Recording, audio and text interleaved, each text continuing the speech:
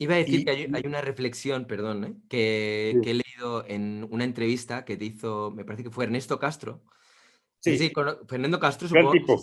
Sí, pues hiciste una reflexión que hoy la estaba leyendo y me ha gustado mucho, y es el que dices que el espacio, el ámbito artístico del arte contemporáneo es uno de los pocos espacios hoy día donde de repente pueden de alguna manera encontrarse las élites con la plebe y como, ¿sabes? Como interaccionar, intercambiar, donde lo mismo hay, esto ya es cosecha mía, esto ya lo añado yo, tú no lo dijiste con las palabras tan chabacanas que voy a usar yo, pero más o menos lo que yo entendí es un poco eso, ¿no? Como que de repente igual puede ser que hayan ricos coleccionistas mezclados con artistas que igual están viviendo prácticamente la indigencia, con personas de clase media. Es como un lugar donde hay, pues eso, como a nivel de clases, pues se da una mezcla que no se da en muchos ámbitos, ¿no? Mira, yo no sé, pues, quién- me acuerdo pero no me acuerdo. Fue para mí acompañada de una cita de un autor que Thomas Crow cita en su libro sobre el arte en Francia en el siglo XVIII, una cosa que es una crítica del Salón de 1739, si mal no recuerdo, pero que hizo alguien con un seudónimo, ¿no? Como si fuera un visitante inglés Uh -huh. que estaba asombrado de lo que estaba pasando ahí. Y el inglés dice que qué horror, están las princesas y al lado están los clochards. Y el olor de las princesas y los clochards se está mezclando, ¿sí? Entonces, esa hipótesis es una hipótesis importante en la historia del arte moderno.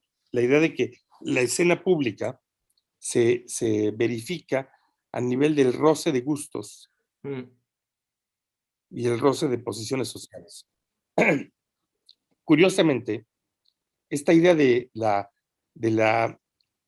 República de Olores mezclados se me volvió una cosa muy fija, porque hace unos años estaba yo con Francis Alice, que es un amigo muy cercano, en Mm. una inauguración, y oye, ¿te acuerdas que cuando empezábamos olía a Resistol 5000, o sea, a cemento, porque había gente, lo que decimos mi amigo Chemos, había chicos que estaban drogándose con cemento, que es lo peor que puedes hacer?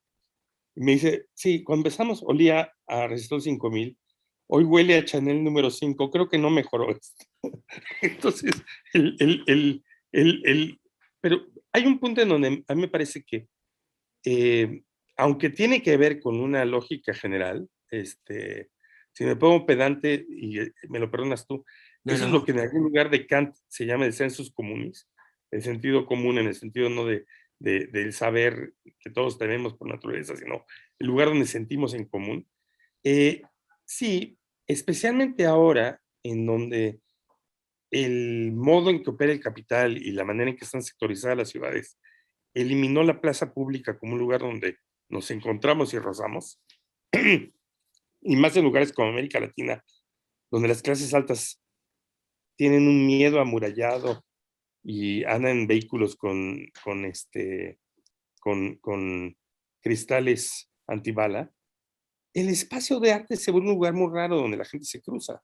Y eso, pues, es un asunto específico que vale la pena sostener, porque antes el teatro, Mm. pues, cumplía esa función, o sea, la imagen de lo que llaman en Francia, y hay una película maravillosa de la guerra, L'Enfant du Paradis, o sea, los niños del paraíso, los, los, los que están en España, en México llamamos la gallola, la parte de hasta arriba del teatro, pues eran una clase social, o en el campo taurino, en México, las hileras de sol hasta arriba eran las que aventaban bolsas con meados hasta la parte de abajo. Pero el que existiera un sitio donde se juntaban esos estamentos se ha vuelto una rareza.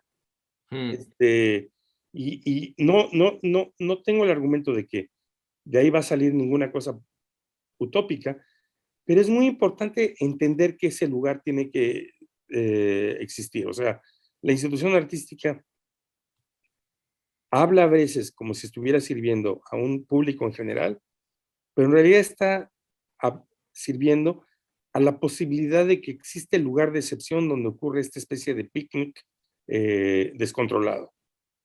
Mm. Eso también ocurre en las obras de arte. Entonces, bueno, si estás hablando de algo que para mí es programático, o sea, para mí es muy importante que ocurra este pasillo al lado de las cosas, donde la gente se tiene que salir de su espacio identitario y puede observar que hay otras posiciones para, si quiere, al final salir a seguir batallando, pero de manera informada. Mm. Hay una reflexión que me envió hace poco alguien que sigue el canal, en el que más o menos venía a decir que el arte contemporáneo es algo que debería ser financiado con fondos con fondos privados y que no deberíamos pagarlo entre todos y tal. Pensé que igual podría ser motivo de debate. No sé, es un tema que yo, yo en un principio entiendo como que el arte está bien que tenga una parte de apoyo público estatal y quizá también apoyo privado. Creo que no son incompatibles que coexistan las dos, pero me encantaría saber tu opinión al respecto. ¿Qué opinas? O sea, ¿crees que igual sería, ya acabo, ¿eh? ¿Crees que sería, por ejemplo, mejor que en vez de destinar fondos a museos o a determinadas convocatorias artísticas, le hace premios o residencias, etcétera, estaría igual mejor que hubiera políticas para que los compradores o coleccionistas pudieran desgravar, por ejemplo, en las compras, y que eso revirtiera en que los artistas, no solamente una institución cultural, sino que los artistas pudieran ganar más dinero, ya que se incentivaría el coleccionismo? O sea, ¿sabes lo que quiero decir? Como igual en vez de poner todo el dinero en las instituciones culturales, tratar de hacer políticas que ayuden a que ese dinero se reparta entre todas las personas que crean arte. No sé cómo lo ves esto. Es una pregunta muy importante, pero es una pregunta que requiere añadir varios elementos de complicación. A ver. Hay uno de orden histórico que a mí me parece muy importante siempre insistir, porque tiene un elemento fundamental. La institución cultural moderna tiene un eje de diferenciación, nada más voy a hablar de las occidentales, que a veces donde estamos localizados no nos permite ver. Y es que el modelo cultural al que estás refiriéndote, de orden estatal, Ujú. es un modelo francés que entiende, y ese es un defecto de la trayectoria política hispanoamericana, el Estado como gobierno. Mm. Parece que esto es demasiado abstracto, pero te lo voy a plantear de otra manera. Ok.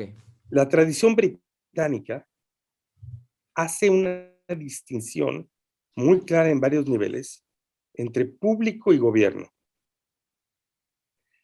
A nivel de los museos, ocurre algo que es la institución fundamental en la tradición británica, pero que se reproduce en Alemania y en Estados Unidos, por ejemplo, es que hay instituciones financiadas de manera privada pública, pero son instituciones públicas. O sea, el Museo Británico no está designado por el ministro de Cultura porque no existe tal, ¿sí?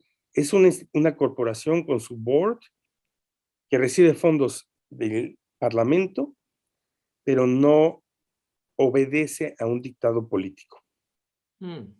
En Ujú. cambio, las estructuras sociales que heredamos, las tradiciones borbónicas y luego revolucionarias francesas, y en algunos casos nosotros soviético-vasconcelistas, parecen emanar del poder soberano concentrado de un ejecutivo. Y entonces se vuelven ministerios, es decir, la servidumbre, porque eso quiere decir ministro, es el sirviente de este poder concentrado. Ujú. Es importante tomar esa decisión porque no permite comparar las cosas con claridad. Lo que voy a decir es un poco así. Sí, creo que te En sigo. principio, Mm. en principio, Mm. el hecho de que históricamente nosotros tengamos estados construidos a la francesa, implica que tenemos que seguir defendiendo de alguna manera la lógica de que la justificación de que haya Estado-nación es que haya una estructura de provisión de ciertas condiciones de servicios y de vida que hacen la justificación de que existe un poder político. Ujú, Y una de ellas es el campo de la cultura y la educación y la salud.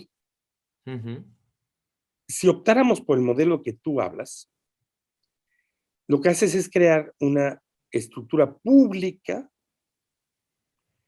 que delega su autonomía a ser algo más grande que el gobierno. Entonces, en Estados Unidos, nadie llamaría al MoMA un museo privado, porque este está constituido legalmente como una institución pública. Una institución pública con un board, una serie de fines y una serie de estructuras que permiten que al donarle dinero eximas impuestos. ¿Por mm, qué son exitosas esas estructuras? Porque las ventajas de eximir impuestos dando a charities son altas. Porque, por ejemplo, tener una colección uno a su nombre genera impuestos en la medida que se valora, ¿sí? Entonces son estructuras que yo tiendo a ver como que tienen que ser valoradas en relación a la conveniencia del desarrollo de las instituciones y del interés público. Lo que no es admisible, lo que es peligroso, es que nosotros en América Latina y en España vemos de dónde viene el dinero como la justificación para que operen dos arbitrariedades. La arbitrariedad del gobierno, cualquiera que sea su origen, y la arbitrariedad del capitalista que pone dinero, ¿sí? El reto es cómo en cualquiera de esas instituciones generas un interés público mm. que sea perceptible para todos. Ahora, es terriblemente autodestructivo en el contexto de un Estado a la francesa. Y cuando digo a la francesa, quiere decir napoleónico, jacobino, borbónico, soviético, Ujú. franquista, transición española, eh, hacer argumentos del tipo de lo que hacen los gringos de mis impuestos. O sea, así no está diseñada la lógica del Estado. Uh-huh. Mm. No está diseñado como un contrato de accionistas que están teniendo recursos y están batallando para no entregar dinero. No. Es una estructura que tiene un funcionamiento opuesto, donde incluso el negocio privado es una concesión que hace el interés público. Uh-huh. O sea, hay un nivel en donde la tradición en la que pertenecemos ni siquiera entiende la propiedad absoluta. Estoy diciendo algo bien duro. O sea, Sí, sí, sí, sí. en Inglaterra, el, el, el, el, el, un edificio tiene que pagarle a un señor conde la renta del piso por 99 años, porque no eres ni siquiera dueño de ese espacio, porque el Estado no es el dueño originario de todo el territorio. Entonces, para plantearlo de una manera ya más directa, yo creo que es contraproducente hacer un fetichismo de lo público como el Estado, que es lo que hacemos aquí con frecuencia en nuestra tradición, Ujú. tanto como la idea de yo me interés los impuestos, porque en ese momento se nos va todo por la cañería. No tenemos cómo sostener las negociaciones para hacer efectivo el campo cultural. Si vamos a transferir, cosa que ha venido ocurriendo, una parte de la gestión y el poder a la contribución privada, tenemos que crear mecanismos para que esto no signifique la privatización de las decisiones. Es que Uh-huh. Y sí. en segundo lugar, Ujú. tenemos que crear mecanismos para incentivar que esa contribución sea un elemento importante. De otra manera, tenemos que insistir en que se cobren impuestos y que una carga impositiva pase al campo cultural. Y después tenemos que crear mecanismos para que la decisión de cómo se usa el gasto cultural tengamos una cierta verificación democrática. Uh-huh. Mm. Pero no es lo que yo encuentro, por lo menos desde el punto de vista de alguien que trabaja en una institución cultural profundamente inútil es entrar en alguna cosa de orden esencialista. Uh-huh. Este, en nuestro campo, el ámbito de lo artístico y lo educativo y lo cultural son obligaciones del Estado en relación a la ciudadanía. Abandonar ese principio es muy peligroso. Nos deja desprotegidos.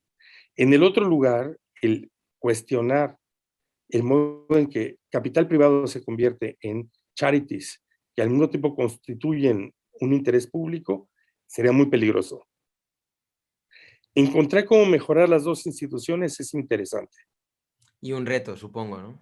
Y frecuentemente es un reto, porque, Sí, sí. porque puede ocurrir exactamente lo opuesto, que de pronto tengas gestos casi hasta el inicio. O sea, cuando un presidente americano declara a la opinión pública como un enemigo, se disrumpen las bases del contrato, ¿sí? Hemos dado pasos que son peligrosos en incluir la aportación privada sin reglas que garanticen que esos patronatos no se vuelvan abusivos. Y al mismo tiempo, necesitamos asegurarnos que las estructuras de financiación ministerial no se vuelvan partidistas.